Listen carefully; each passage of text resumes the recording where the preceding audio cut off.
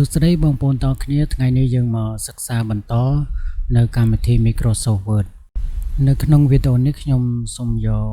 មុខងារមួយចំនួននៅក្នុង Toolbar Home មកបង្ហាញបងប្អូននៅក្នុងវីដេអូនេះបាទទី1គឺរបៀបបង្កើតជាចំណុច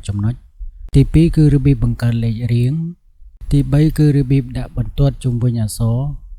ទី4គឺរបៀបរៀបចំឈ្មោះតាមលំដាប់តួអក្សរទី5គឺរបៀបស្វែងរកឈ្មោះបាទអញ្ចឹងមាន5ចំណុចនេះអញ្ចឹងរបៀបទី1បងប្អូន select mouse បាទបន្ទាប់មកយើងចូល home យើងជ្រើសរើសយក numbering បន្ទាប់មកយើងធ្វើការជ្រើសរើសលេខដែលយើងចង់ដាក់បាទអញ្ចឹងខ្ញុំដាក់ឡាតាំងបាទក្រោយពីបានអញ្ចឹងហើយបន្ទាប់មកយើងដូរ size បាទដូរ size ដាក់12ទៅបាទនឹងជាការស្រេចបន្ទាប់មកទៀតយើងធ្វើការ select ដាក់ចូល home ដដែលយើងចូលយក bullet បាទបន្ទាប់មកយើងធ្វើការជ្រើសរើសទៅតាម mode ដែលយើងចង់បានមកតែឥឡូវខ្ញុំដាក់សញ្ញាព្រួយនេះបាទអញ្ចឹងវារួចរាល់ជាការស្រេចហើយបាទអញ្ចឹងយើងដូរ size ដាក់ត្រឹម12ទៅបាទរបៀបទី1មានប៉ុណ្ណេះអញ្ចឹងជាបន្តយើងធ្វើការចូលរបៀបទី2គឺយើង select អត្ថបទដែលយើងចង់ដាក់ឲ្យចូល home បន្ទាប់មកយើងចូលកន្លែង border បាទរួចយក border and shading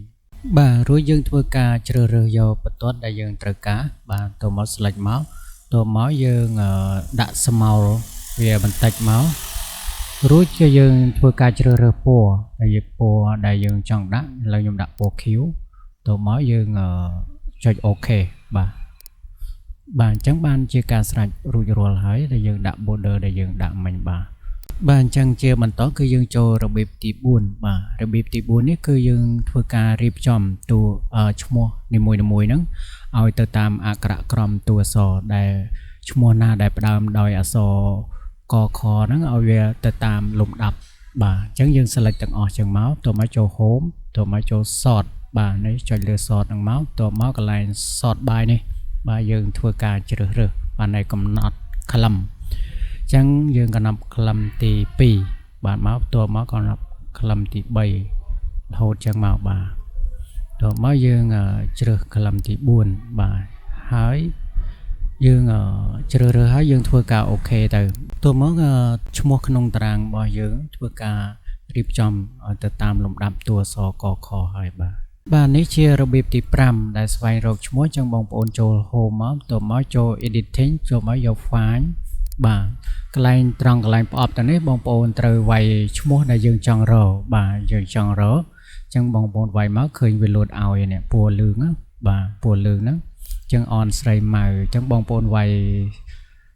ឈ្មោះអីគឺវាលោតឲ្យមកហ្នឹងបាទអញ្ចឹងក្នុងវាងាយស្រួលសម្រាប់បងប្អូនដែលមានឈ្មោះបុគ្គលិកច្រើនទំព័រយើងចង់ search រកឈ្មោះមួយណាមួយគឺវាងាយស្រួលវាលោតឲ្យអញ្ចឹងបាទហ្នឹងងាយស្រួលសម្រាប់បងប្អូនដែលមានបញ្ជីឈ្មោះច្រើនតែបងប្អូនមានឈ្មោះតិចវាមិនជាបញ្ហាទេបាទដូច្នេះមេរៀននេះខ្ញុំសូមបញ្ចប់តែប៉ុណ្ណេះសិនហើយសូមអរគុណច្រើនចាំជួបគ្នានៅវីដេអូក្រោយទៀតបាទ